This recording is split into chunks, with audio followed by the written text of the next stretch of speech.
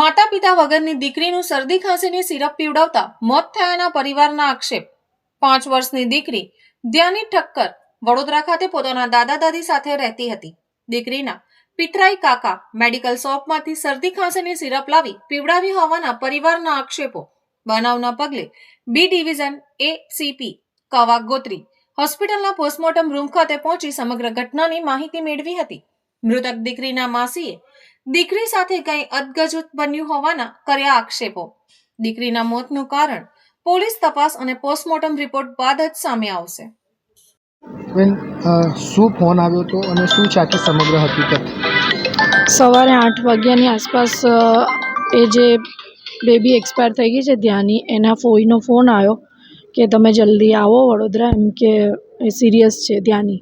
એટલે અમે તરત પછી અમે ખંભાત રહીએ છીએ, અમે ખંભાતથી તાત્કાલિક નીકળ્યા। અમે અહીંયા આવ્યા અને ઇલોરા પાર્ક સુધી પહોંચીએ ત્યારે મેં એમને પાસે લોકેશન મંગાવ્યું હોસ્પિટલનું। તો એમણે એવું કીધું કે અમે હોસ્પિટલથી ડિસ્ચાર્જ લઈ અને ઘરે લાવી દીધી છે બેબી અને એક્સપાયર થઈ ગઈ છે।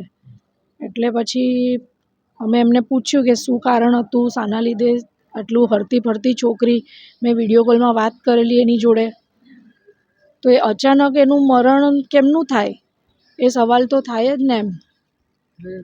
એટલે પછી એમણે એવું કીધું કે એને 2 દિવસ પહેલાં શરદી તાવ ને એવું હતું, એટલે પછી એ એમના જે કાકા છે એમનું મેડિકલ છે એમાંથી એમણે સિરપ લાવીને પીવડાવી। પછી એવું એમનું કહેવું છે કે બીજે દિવસે થોડું સારું હતું અને સારું હતું દવા પીવડાવી, તો પછી મરણ કેમ થયું એ મને એનો જવાબ જોઈએ છે। અને સરકાર પાસેથી મારી એ જ માંગણી છે કે મારા બેન બનેવી તો હયાત છે જ નહીં, એ બાળકી જે ગુજરી ગઈ એના માતા પિતા 3 વર્ષ પહેલાં મરણ પામેલા છે અને બાળકી અમારી જોડે જ રાખતા હતા, પણ હમણાં 6 મહિનાથી એના દાદા દાદી પાસે આપેલી રાખવા। તો હવે મને ન્યાય એટલો જોઈએ છે કે એના જે મા બાપ ઉપર હતા એમણે મારા ભરોસે છોકરી મૂકી હતી, હવે મારી આત્મા અંદરથી એમને શું જવાબ આપી શકે કે મારી બાળકીને શું થયું, કેમ એનું મરણ થયું।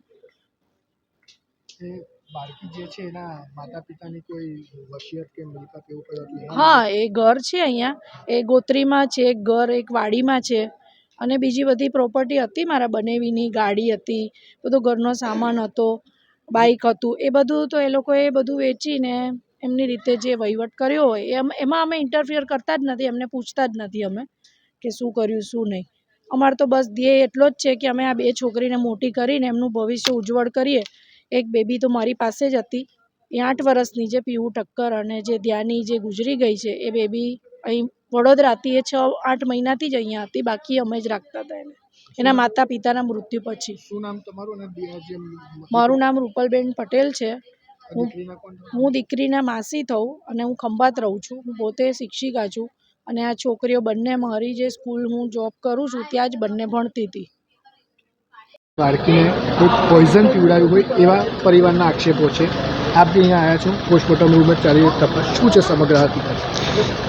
ગોરવા પોલીસ સ્ટેશનમાં એવી રજૂઆત આવી હતી કે એક 5 વર્ષની બાળકીનું ડેથ થઈ ગયું છે, જે અનુસંધાને પોલીસે તરત જ રિસ્પોન્સ આપી અને અહીંયા ગોત્રી મેડિકલ કોલેજમાં આવી અને એ મરણ જનાર છે એમનું પંચનામું અને પંચનામું પણ ઇન્ક્વેસ્ટ પંચનામું અને PM પેનલથી કરવા માટે ડૉક્ટરશ્રીને સૂચના કરવામાં આવી છે।